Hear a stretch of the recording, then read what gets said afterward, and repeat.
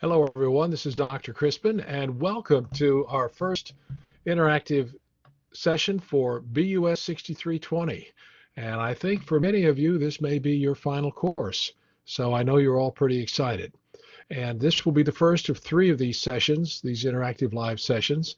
And we'll be recording all of them. So those of you who are watching this on the recording, welcome. And for those of you who will be joining us in person, welcome as well. Also, there will be a slideshow presentation that will also be shared in the classroom along with this recording. So it'll all be with us for those of you watching out there, but not quite. So in this session and the subsequent sessions, I welcome you to join in and be a part of the conversation. So with that, let's get started with the session here.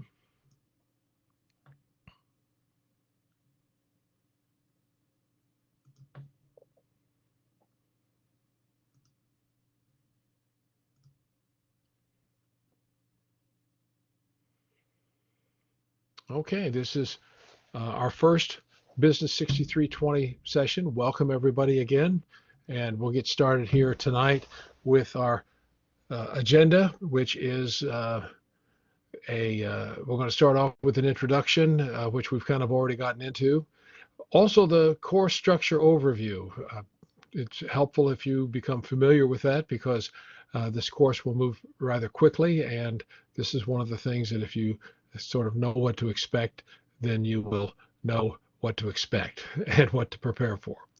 And next is tips for success, and which will help you do well in this course. As I said, this is the last course for probably at least a few of you, and so I know you're anxious to get through this course and get up on that graduation stage and get your diploma and use it out there in your professional career.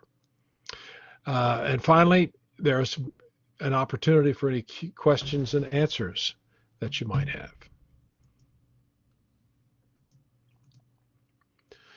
So this is the capstone course. And you know what this means is we're going to be doing some of the things that you've encountered all throughout your course experience, your master's course experience. And it's sort of, we hope that it will allow you to put it all together here and for it all to sort of in one place to make good sense for you so that you can use what you learn here out in the workplace and reach your aspirational goals.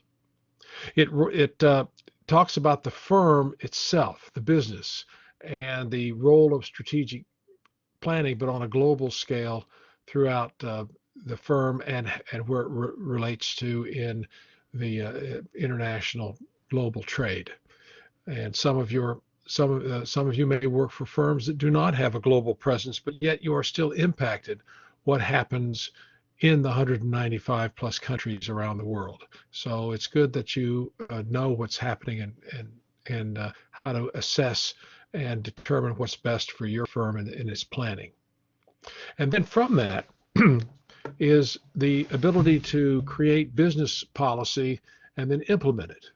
Creating business policy is one thing, but companies really fall short on the implementation. And really it all comes down to enlightened leadership. This is a leadership issue. And you'll see in the beginning as we go through the course that those who participate in the strategic plan in the creation, they're a vital part. But if it's not implemented properly, then the plan is no better than if it were to stay on the shelf. So many things are part of the strategic plan. One of the most significant things that are part of the strategic plan is the marketing plan. And it's the portion of the business plan that produces revenue. So without the revenue, there really is no moving forward for the company. And in fact, there may not be a company after a while. So creating a marketing plan that is subsumed under the strategic plan and understanding that and how all of the customer-facing departments should behave in implementing the brand promise that's created by the marketing group. That's very important. And that's important because customers are the things that we focus on, and we create offerings that appeal to what customers need and want, or what pain points they need solved. That's what a business is supposed to be about. All too often, we find businesses that have this product in their warehouses, or they can only do this one thing a certain way, and so that's what they try to force on the marketplace to some degree of success. But that's not what really can drive the business. So those are the things that, in terms of an overview, that's sort of where we're going. You know, Peter Drucker, and if you don't know who Peter Drucker is by this time, you should, because Peter Drucker is one of the doyens of business, one of the great researchers that developed the whole wrote the book The Modern Corporation in 1934 and lived all the way up until the 2000s and was very active. So he's considered to be the father of modern American business. And Peter talked about the role of the CEO. And the CEO is who is in charge of the strategic plan and the planning process. And the CEO is one of the very few, well, is basically the only position in the company that both looks out into the marketplace for the competition and the customers and the financing. That's where that is. And they take that information back into their organization and they create, that's where a lot of their policies and sharing that information with inside the organization can help the company become better at what it does. Because most of the departments in the company are inward facing to become more efficient, to sort of do things better, to implement whatever policies have been created. But they really aren't out there in the marketplace the way the CEO is. So that's something else to remember for the CEO and how valuable they are. Now, the main responsibility for the CEO is is to create this strategic business plan, that this process, and they are hired by the board of directors. So they report to the board of directors, and the board of directors, their primary so and the CEO is expected to create the business plan, the strategic plan, and hire the necessary people to fulfill and implement the business plan or strategic plan. So that's, in a nutshell, kind of the structure that is operational at that high level. The board of directors hires the CEO, and the CEO then is responsible for putting together a team, a strategic plan, and hitting the goals that are expected by that strategic plan, because the board, the governing board, the board of directors, they approve that plan. And so then they hold the CEO to that plan. And if the CEO for some reason doesn't perform as expected, as anticipated, then it's the governing board, the board of directors response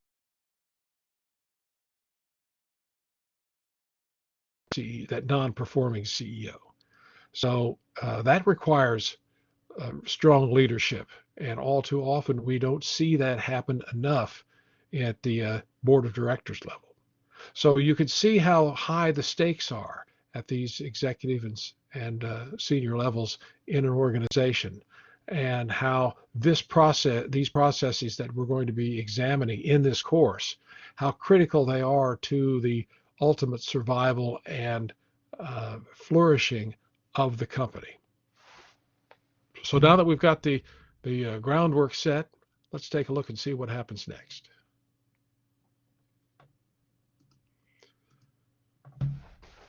So the learning outcomes, we talked about, what you're going to be exposed. What will you learn? What are you supposed to learn in this course? Well, here they are.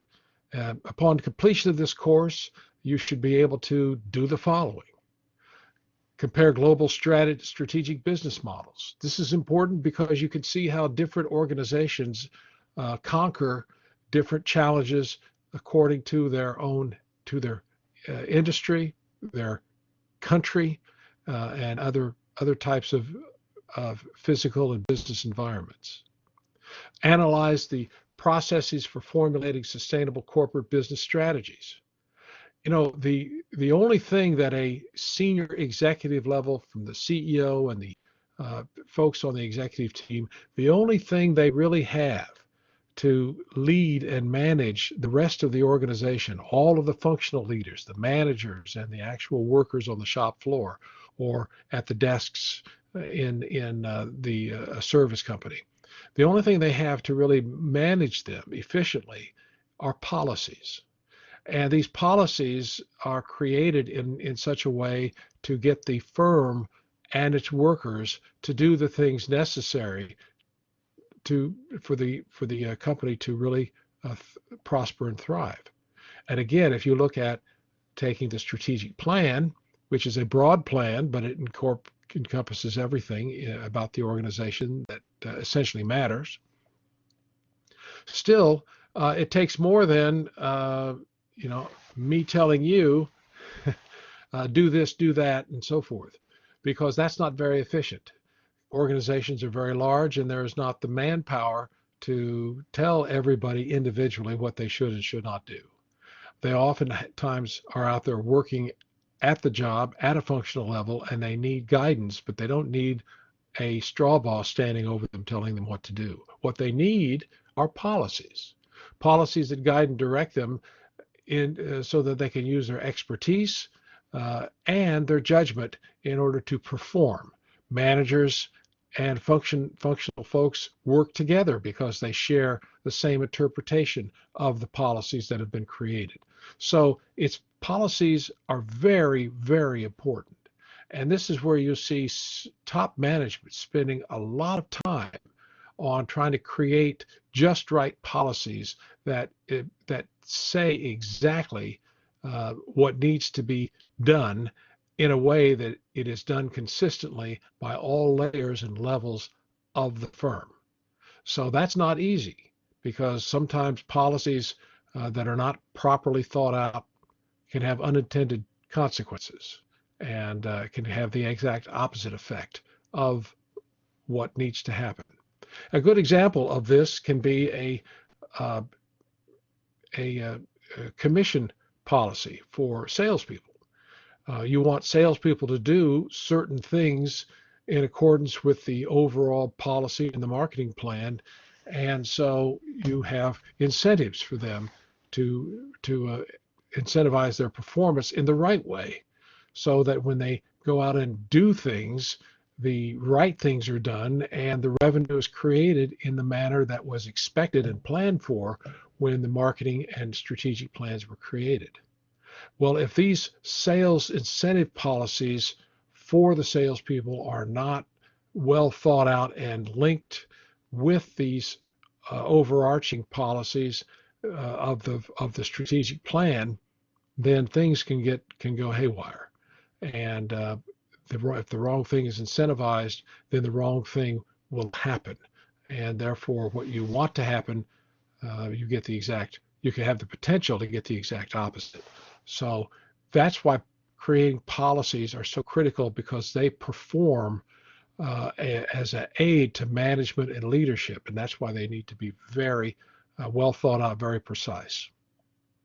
And that's what we're going to spend time with here in this course. Synthesize the role of leadership in strategic business planning. In this process, leaders have to lead. This is not leave it to the other person to get it done, leave it to the other department, or that's not my job, so I'm not going to really get involved there, or I don't agree with that, so I'm going to drag my feet, and maybe they'll overlook my performance and they won't blame me when it doesn't work. And that's where strong leadership and vision come into play, to not let that kind of behavior prevail. Summarize the role of innovation and risk management in strategic business planning. Without innovation, there is no business. There is no growth. Innovation is one of the most important aspects of growing a company of any that there are. Capital funding will only go so far. What happens after that? That capital is there to spur and support innovation. And so if you have innovation in a firm, then you have a firm that's going to continue to grow. Take a look at Apple. Apple is a company that is, innovation is its middle name. It's not satisfied to have just selling last year's designs, last year's products. They're constantly innovating each and every year to make sure that they are providing what customers want and what they need, helping customers' lives to become better. And they go through, so it's not just about selling iPhones, it's about how their products, their innovative products, are positively affecting the lives of their users. And this can be in many different ways. So this is why innovation is extremely important. It's one of the most important parts of a company, because with innovation comes individual growth curves, product life cycle curves, and those are what are funding the growth of the business. So when one product comes to the end of its life cycle, instead of one trying to beat that dead horse, so to speak, there should be another product that's moving up in its cycle, that is supporting and taking the place of the product that's coming to the end of its cycle and being harvested. And that's innovation. Next is explain implementation, control, and measurement in overall evaluation of business strategies. Once again, implementation is the most difficult part of the of the strategic planning process. Well, I say it's the most difficult because it's the one that usually doesn't get done well. The planning part, that can be very elegant in a company, but if the two halves, the planning and the implementation, do not work as well as they should, then it really soils and destroys the whole thing. So to say that one is more important than the other, that's the wrong issue. But to minimize the role of implementation is a mistake. So the implementation involved in that is risk management. Go here, not there, because to go here is a much higher price to pay if we fail, and the margin for success is low. But go here, our success level may not be as payoff as much, but we are guaranteed a payoff. And so those types of discussions are going on all the time, particularly with companies that are trying to expand their product line.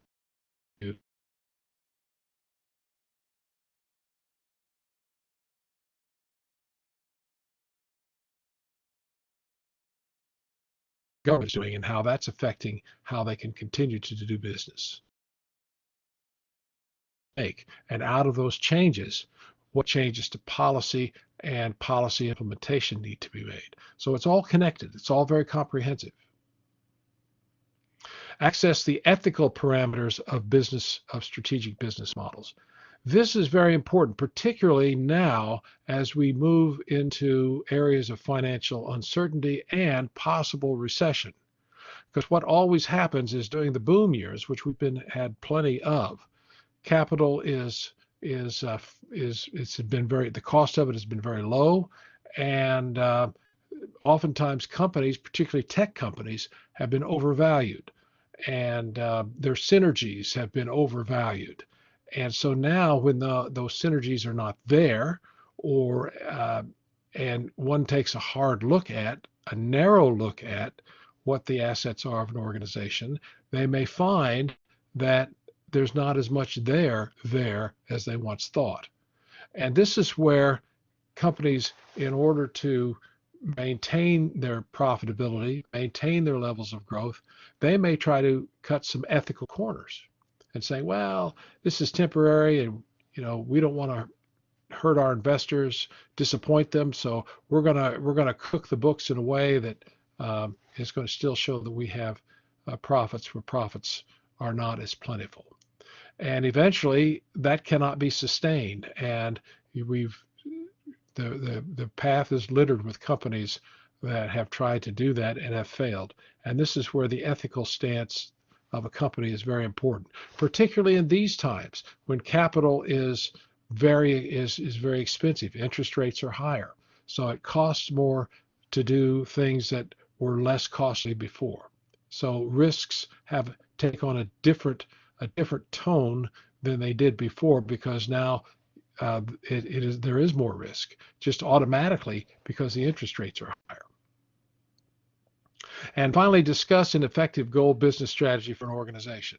So you've taken in all of these other things that we've talked about here, and you have put them into ultimately an effective business strategy. You've taken out the bad, replaced that with the good. You've seen the value of leadership. You've put together a team that has great leadership characteristics, and you also have a great functional group within your organization that's ready, willing, and able to carry out your policies and implement them, and so forth. This is the kind of thing that we can discuss and see what's best for your particular organization.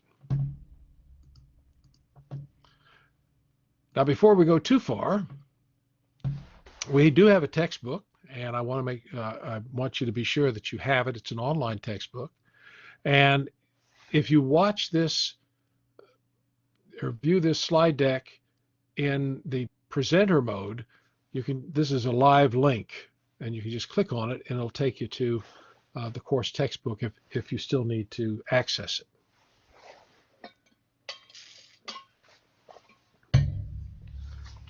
And I would recommend that you refer to this often. It can be used even after the class is over, to get into the routine of seeing companies, your company, your competitor's company, and other companies through a different lens, a lens of global strategic management.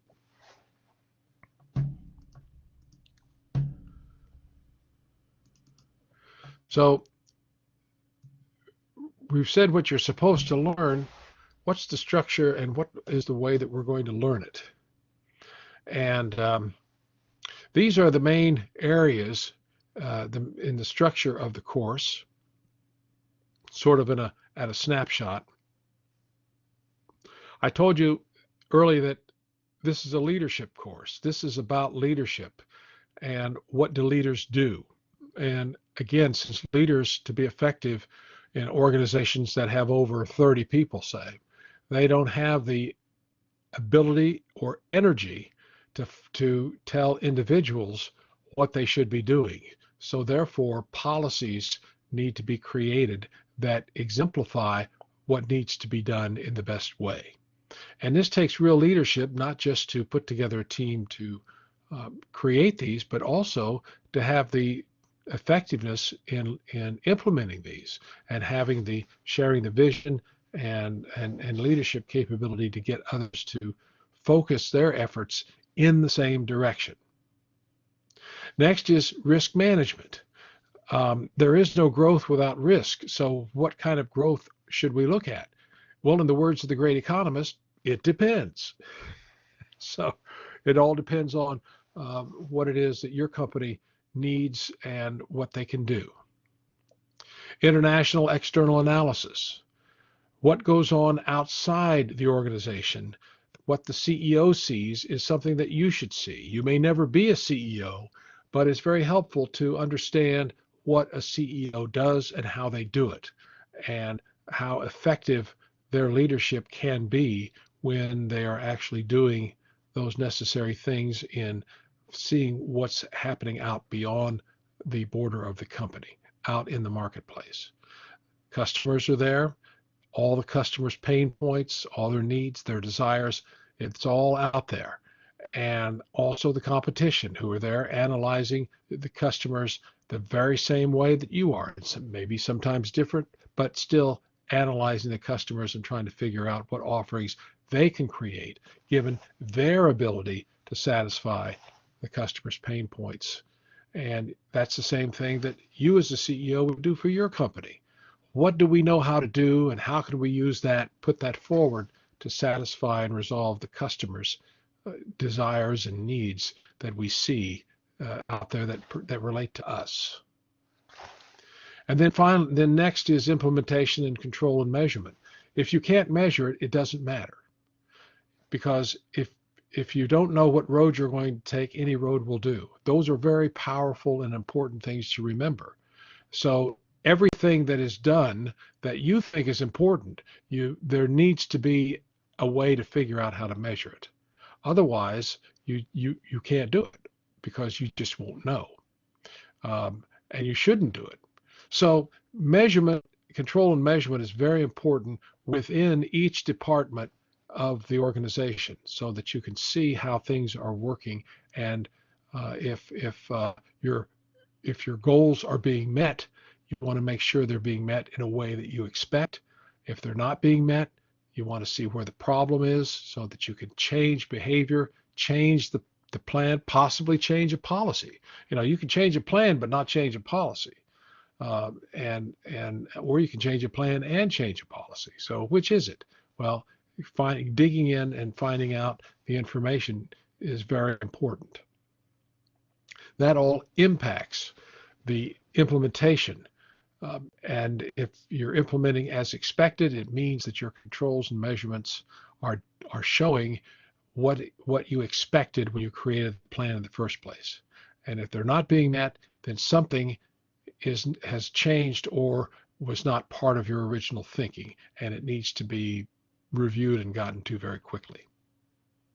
Again, strategic business management, ethical behavior. Of the many things that an organization does, the functional workers and the management and so forth, what they do is they look upward into the executive suite, and they want to see that there is ethical behavior there, because they want to work for an organization that behaves as they would have their children behave, which is ethically and honestly. And if that's not happening, then some of the best and brightest are going to find the door, because they don't need that aggravation. They can find a place to work anytime that is ethical. They don't have to stand around and work in this organization if it is not. So this has a definite impact on the quality of workers that can be attracted and the level of performance that all workers can display. So this is an important aspect to keep an eye on. The AFI strategy framework is also very important. We'll learn more about that as we get through the course. And analysis, this is really important. How do you understand what you see? How do you understand what you feel? Well, it's through analysis. How do you know that what your analysis is yielding you the kind of information that is helpful to you? Again, that's understanding how the analysis process works. And analysis is very important. A company, I've had students tell me, well, this company is so large and has been around so long, it's going to continue to be profitable next year too. That was the basis of their judgment, an analysis of the expected performance of the organization. Well, I'm sorry, that dog won't hunt, as they say here in the South. It needs to be based on something that's objective. Analysis is based on something that is objective. And so that's where those measurements come in. Measurements measure things that are objective. And you can't measure feelings, but you can measure attributes. And attributes are concrete, and they can be used to get to a result. Innovation, we talked about this. I won't go into it much more other than it's essential. It's necessary. Not innovating, you are dying, and your company only has so much time remaining. So keep that in mind as well. And finally, competitive advantage. Competitive advantage, what is it? Well, most people don't know what competitive advantage is. They think they know, but they really don't.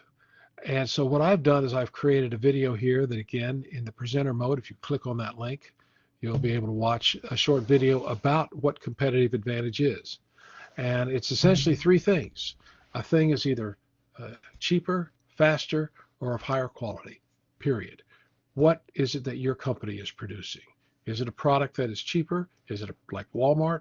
Is it something that is faster, like a overnight delivery service? Is it something of higher quality, like a Mercedes-Benz? What is it? And competitive advantage is something that is that the company has worked very hard to achieve, but it's not guaranteed. The competition could come right in and emulate that competitive advantage at any time, and so that's where innovation comes in. so it's important to keep a step ahead and constantly review how you have a competitive advantage, and constantly work on maintaining that. Because if you don't, the competition is there doing the same thing, and they will overtake you. Okay, so in Unit 1, which is what we're in Unit 1 has both chapters 1 and 2, and it talks about in detail a lot of the things that we just discussed here. And the first is a mini case, and it involves Apple, and it talks about what's next. There's a video, and of course the discussion board question. And you've all been doing a good job in your discussion board questions. I've gotten to a number of them and welcomed you, and I'm welcoming you again with this video, and I'll hope to welcome the rest of you here as quickly as possible.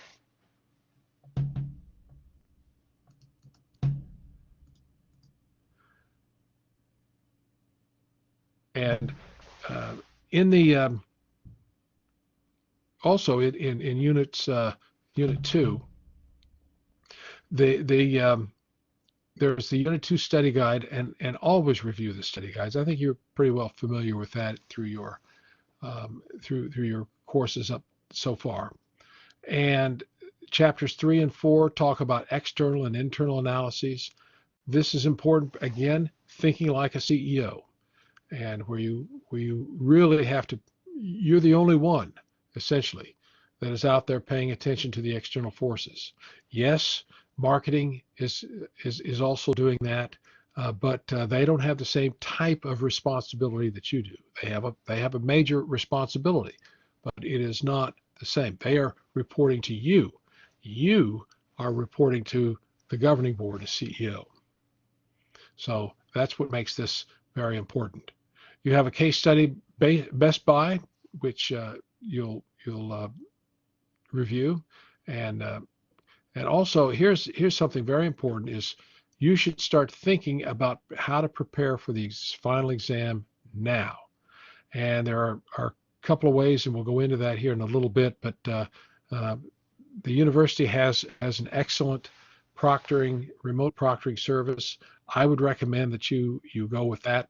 But it's up to you, but make sure you get that locked in, so when the final exam day comes, you're not left scratching as to, well, gee, how do I get my proctor? How do I get this resolved? Because you have to have that before you can graduate from the course. And again, the discussion board activity is also there.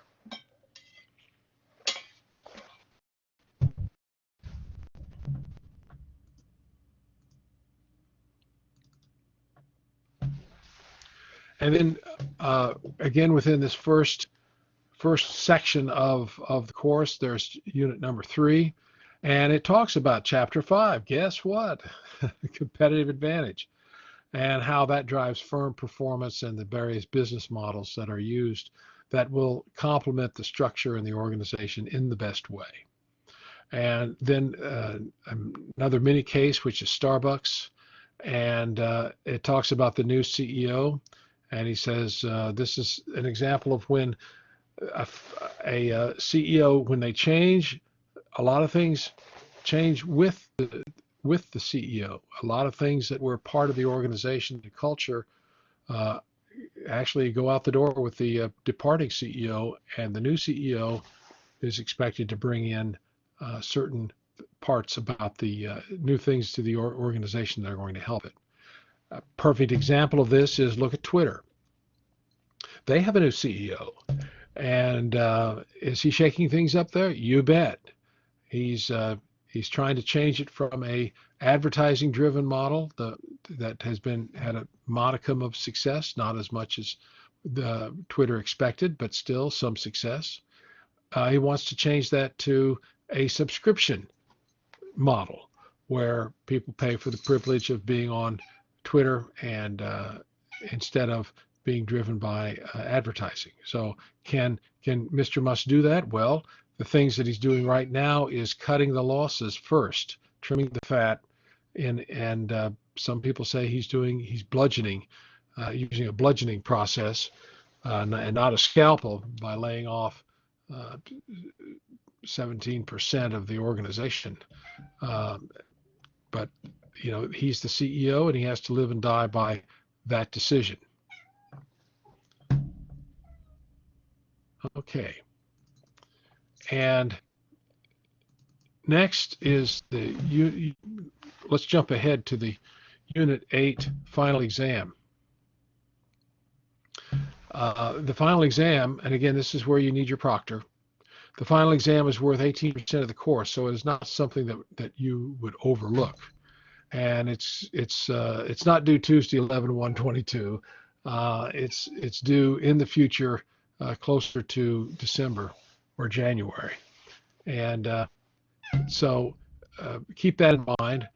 And you must have completed and submitted the proctor approval form from Unit 2. So that's why it's important to be thinking of that, getting that resolved now. And it's in the classroom, so you'll be able to do that. And there are, as I mentioned, 2 proctoring options. A standard proctor who's chosen by the student, but must be approved by the university. Or there's remote proctor now, which is an on-demand third-party testing service that proctors examinations for a small fee that's endured by you, the student. As they say in the South, I'm not trying to tell you what to do, but if I were a student and I were faced with these choices, it would be pretty clear to me that I would choose remote proctor now, simply because of the effectiveness of it. And the effectiveness of the other can be just as effective, but there's still a risk factor there. What if the proctor doesn't show up? What if things change in your life and so forth that makes you not available at a time when you had set up at the last minute, you scrambling? Well, remote proctor now takes care of all that, and you mitigate your risk by doing that, and you pay a small fee, but the risk is lowered. Okay, what about some tips for success?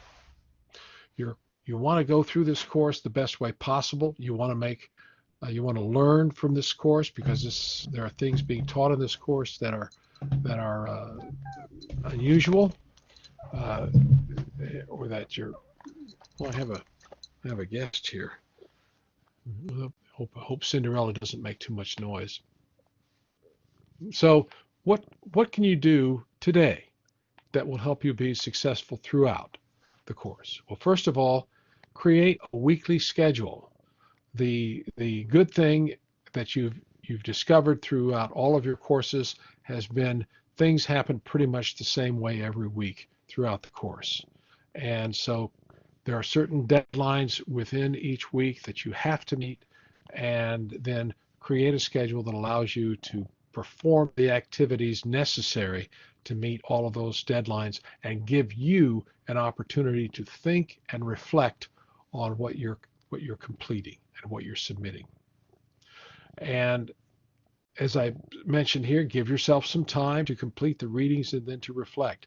This is very important, because some of the stuff here is not straightforward, but it's very powerful, and when you can put it together, it can make a lot of sense, and the scales can be removed from your eyes. And all those things you've been wondering about, why top management does this or that, now you can put yourself in their place, and you can see, faced with the same types of challenges they were faced with, see why that decision was made to make that happen. It may not be one you would make, but you can see why it was made, and that's what's important. Because when you have the opportunity, you want to make the best decision possible. Here's another thing that's going to be critical to your success, and I would have said this in the first course, and I say this in every course that I teach.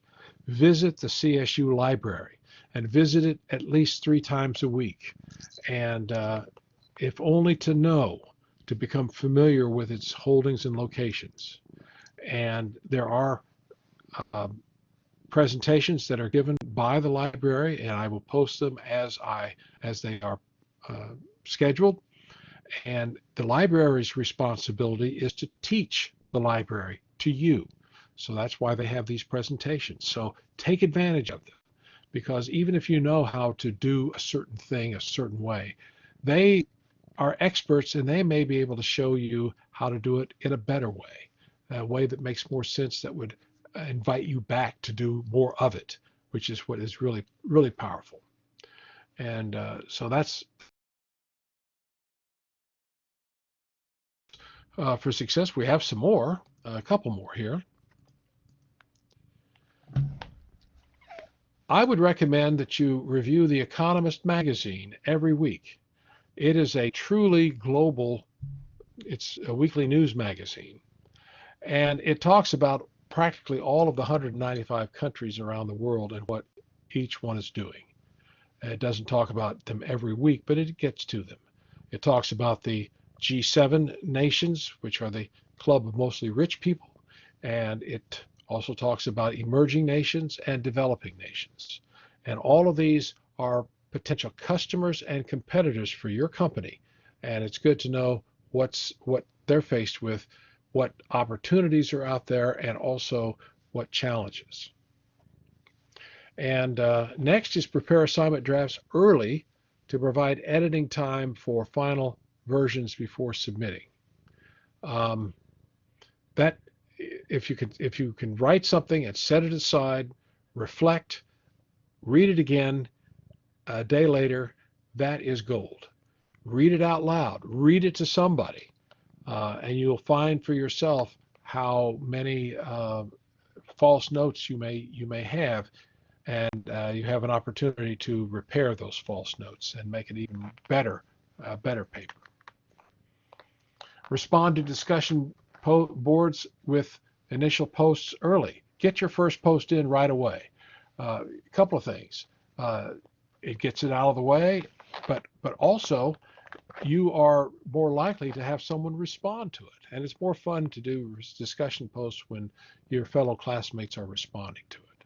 So and it also helps them, because you're providing them with some leadership and information that will help them perform better as well. And student discussion responses also early, so that you will get responses from your student feedback as well. That's going to help you to perform better, and when you start to get positive responses back, why those endorphins are really going to kick in, and it will make this a good experience, a very positive experience. And finally, this is the opportunity where if you have any questions, this is the opportunity where you can submit questions.